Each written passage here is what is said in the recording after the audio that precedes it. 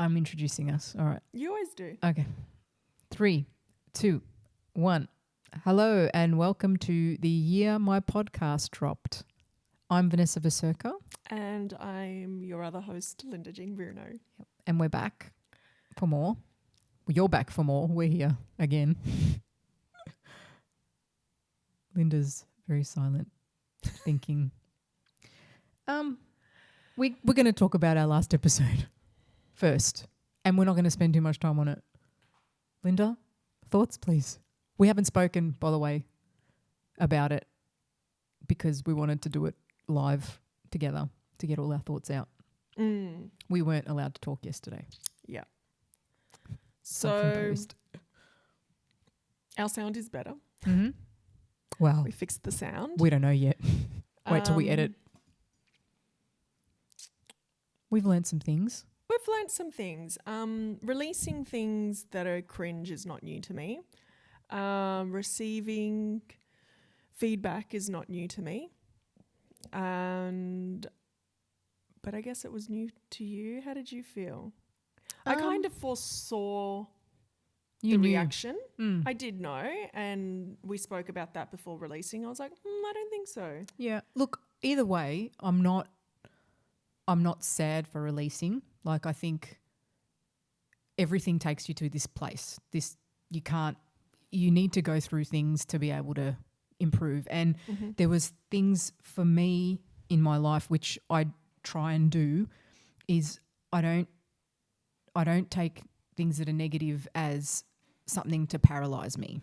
I take it as something to fuel me to do better. And I think that's how you should reframe things, or how I reframe things. Even if after a bad run or after a bad triathlon or after a bad training session, all I do is, that was what it was and I go again. But what I did take from it was how much fun we had. And the other thing I learnt was that even if we think something's funny, I think it was, for us, it was at the time. So it was like you had to be there type funny. And I didn't realise that because I couldn't step outside because I was there. So everything sounded funny to me. I should have believed my dream. Yes. I should have believed my dream. Linda had a dream, Rose Byrne didn't like it, and everyone was like, I had a dream that I was... Was it a dream? Was it a premonition? I was sitting in this really large studio and it had like this big screen where we were trying to fix the sound. Outside that screen, or outside that room, it was kind of like an auditorium room of a university. Outside was green and leafy. It had a big glass window. That was our potential. But it was kind of raining. We were raining on it. Yep. And I left the room and the sound couldn't be fixed. Left the room, went into the lift. Rose Byrne's in there. She's listening to something. And then somehow I understand that she's listening to our podcast. And I kind of went, oh yeah, cool, you're listening to the podcast. Not putting two and two together. And then walk out, we're in this horrible office space and she goes into her cubicle and it's where we work. Anyway, there was a friend of ours, mutual friend of ours that works in the art industry, and she was there and she was listening to our podcast. And she kind of turns to me and says, I'm listening to the podcast. And I went, oh. See, already because I don't know if I wanted her to listen to that. And I said, oh no, it's not good. It's not a good episode. Oh, it's the sound. Can I just interject? This is before we released it. This is before we released it. The writing's on the wall, man. I didn't believe my dream. And then I went, no, because it's bad. And then I remembered the episode and all the jokes about Rose Byrne. And I turned to Rose and I went, oh, Rose, sorry, the joke about Rose Byrne. And she went, mm-hmm. I said, oh, it's supposed to be funny. You find it funny? And she went, no. And I went, oh, okay. And then that was it. That's all I remember, I think, about the dream. And I should have listened. So that was the feedback. One of the things was no more Rose Byrne, or that wasn't funny. But we also got other feedback, which I was pretty happy with. What was the good feedback? The good feedback was continue with the music. Just who is our audience? What is going on out there? People love the music bit. We've been getting DMs about love her, love it. Can't wait for the Jesus Christ podcast musical. Yep. Are you guys serious? Yes, what is they going are. on? They are. No. They are serious. Oh It's my coming. God, it's bad. It's coming. It's so bad. Stick around. People that want the musical, stick around. What am Gotcha. gonna I do? gotcha. I'll get her on board. Don't worry. Or Really? do you want me to just not let her sing? I don't know. You choose. Yeah. See, she can produce. Okay. Yeah. Oh God, and I got to listen to your music. Yep. Although I I've do been- like your music. I've been working on some more. I do love your music. I've been working on more music.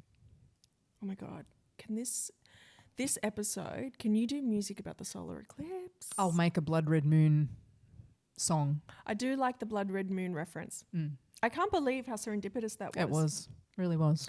However, did your future self come back to tell you to put that? My future self tried to trash that episode. Let's talk about that. Let's talk about our future selves had come back to try and... So, Linda, you've got another theory, which I love, and that's the theory that we can come back and change things. Mm. One of the ways I want to explain it, which I explained to... I think I explained it to my mum. Maybe. I don't know. Maybe I didn't. I don't know. But I explained it as... No, I think it was Lynn. How quickly we can go from right now, and I want you to think back COVID 2020.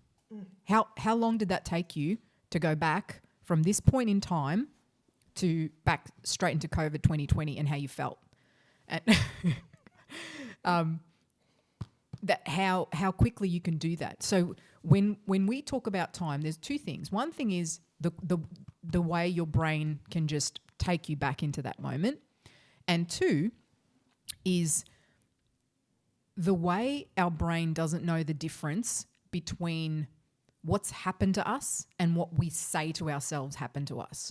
So being able to go back, let's say, a lot of people do this with trauma, and it's a neuroscience type thing where you go back to that moment or you say that thing that you wanted to say in your mind, because you can travel there in an instant. So you go back to that point and you change that. So that changes your thoughts for the future, and it starts to change the way you felt about that event, and it starts to chain react like a little bit like the butterfly effect type thing where you start to do that. Now, when you start to do that, that's when Linda's theory comes into play, because that's changing the past. So it's not too out there to think that if we're using our brains. I mean, if you think about it as visually, you go, oh, I've leaped out of this body, and you're like, yeah, right, how are you going to do that? And I've gone into this. Like when you think about how simply you do that in your day-to-day life, just using your brain,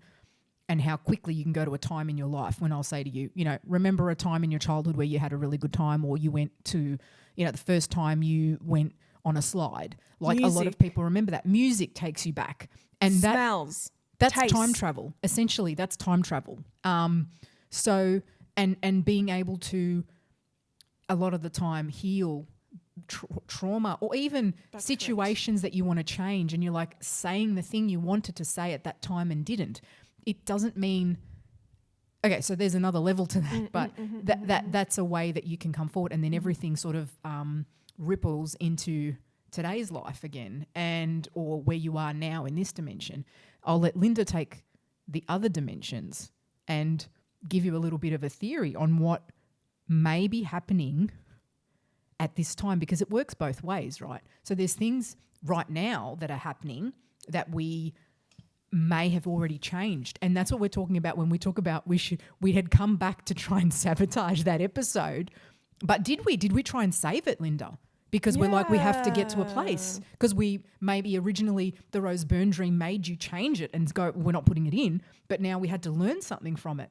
So did we go through a scenario where we released it bad, go through another scenario, we didn't release it, worse, go through a scenario, fix it? I wouldn't have learnt what I've learnt right now. I wouldn't have been as driven, because I did say we one of our are now sound friends. tech engineers.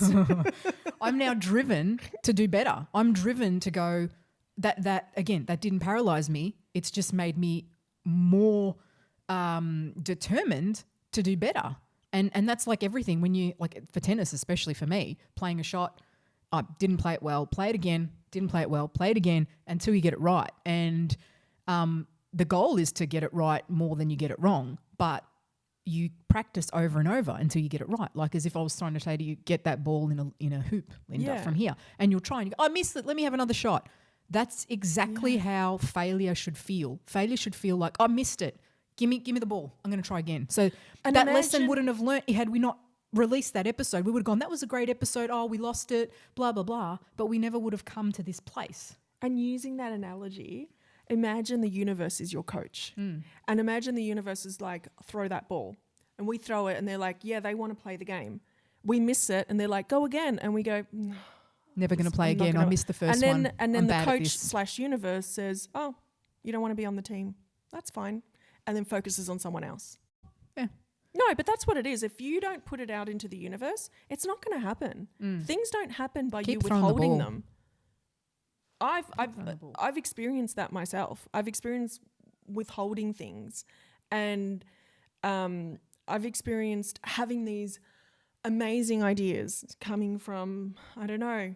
The beams. The beams. I'm just going to say the beams. That's it, just once. Sure. And I've had these amazing ideas. I've told some friends, or I've told my partner. My partner's like, you got to do it. Some friends have like, you've got to do it. I've told directors and producers, and they're like, if you don't do it, I'll do it.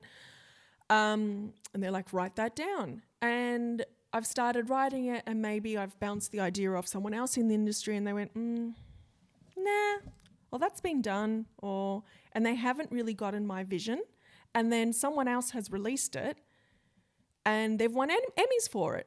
And my partner will go, that's your show. Or friends have gone, did you tell that person about that? And I haven't. And I believe, and so Michael Jackson believed this as well, I believe that if you don't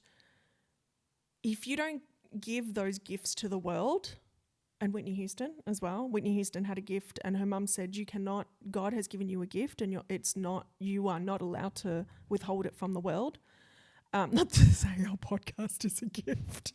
How good are we? But hopefully we're spreading joy and some ideas that maybe spark your brain and go, oh my gosh, there's someone else that thinks that as well. Keep talking about the gift. So yeah, what happens when you don't use your gift? And when you don't use your gift, it will go to someone else. And Michael Jackson said this. There's a story about Michael Jackson wanting to release this song, and he calls his, I think, producer in the middle of the night and says, we've got to get into the studio. We've got to record this. And the producer says, well, can we just wait until the morning? And he said, no, because if we wait until the morning, Prince will release it. And that resonated so much with me, because I think true artists know that if you don't release that exciting idea that's born and it's in your heart and gut and mind, if you don't go ahead and release that, that idea is going to be given to someone else because the world needs it. And I think that's another lesson we got from that first episode. The world needs it.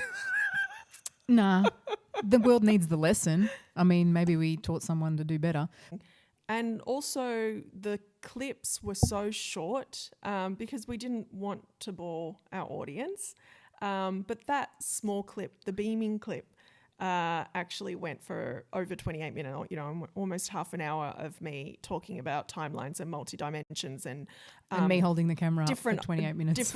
Different souls and going into different bodies. And the feedback was that people wanted more of that and wanted to understand what we were discussing. But the positive feedback was also that some people had experienced their own things, which is something that we'll discuss today. And even, some of the other positive feedback was that talking to some friends and family, they're into this stuff, which to me was not surprising, but it was like, oh, okay, so okay, this is something that people dig. This is something people contemplate.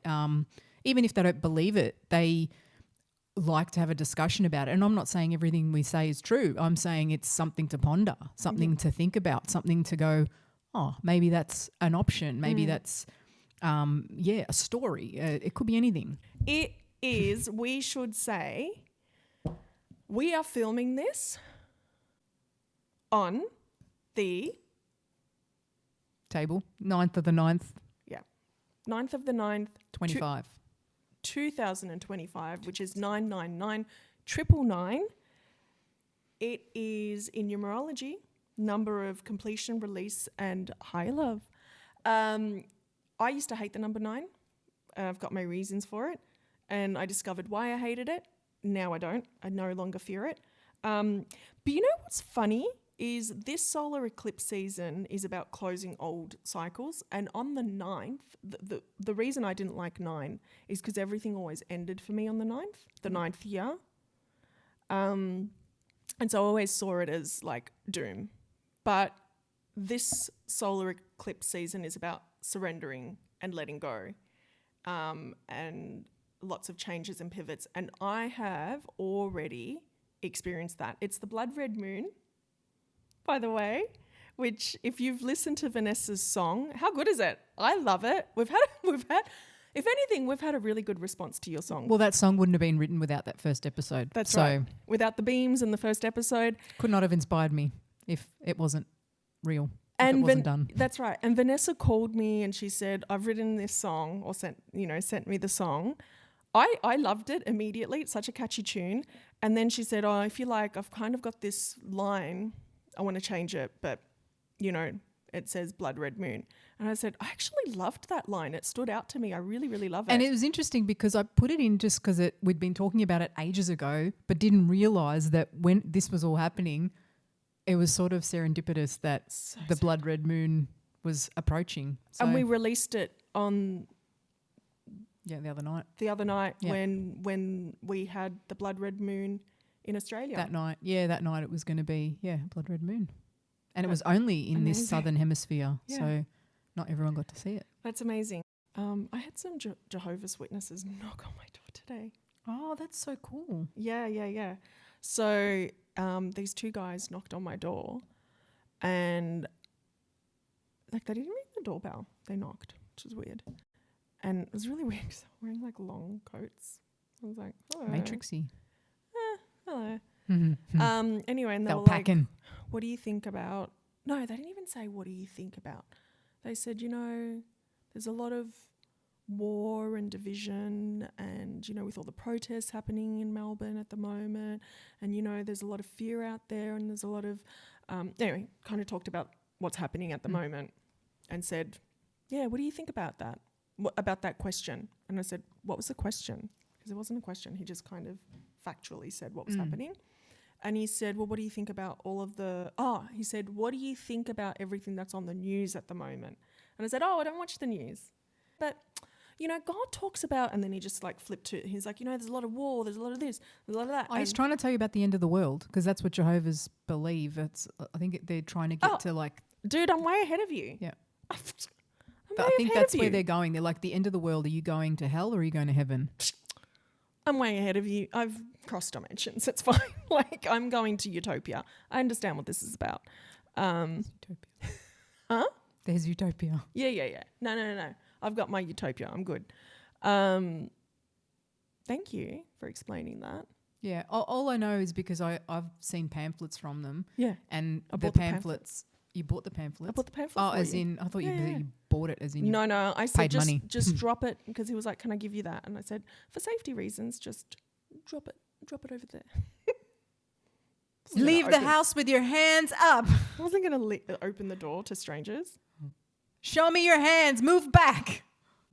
The Vanessa pamphlets just wants to show you all the voices she can do. Yeah, I just need some voiceover work. So if you got any, so what they usually refer to is revelations in the Bible. So they're basically wanting to, in what I've read, they want to bring the fact that the world's coming to an end and that you have to choose a side. That's the way I take it, that you choose a side whether you're going to heaven or hell. And if you make that decision now, you make that jump and you change your life, then you will be saved before the end of the world because it's coming. So they were trying to get to that narrative for you. I think this was their agenda. I don't know, but I think they were trying to get you to realise that the end is coming and you need to choose. Didn't like that I was like, my world is full of love. And I already live there. World That's is ending. why he's like, the world is ending. You need to choose a side.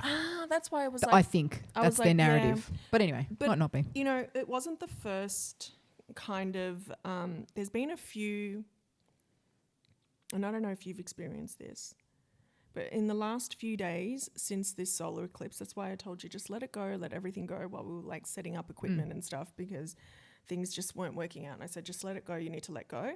Really, it's the year to be cringe, I think, or I think the last few years with social media, there have been so many people that have been quite successful in being cringe and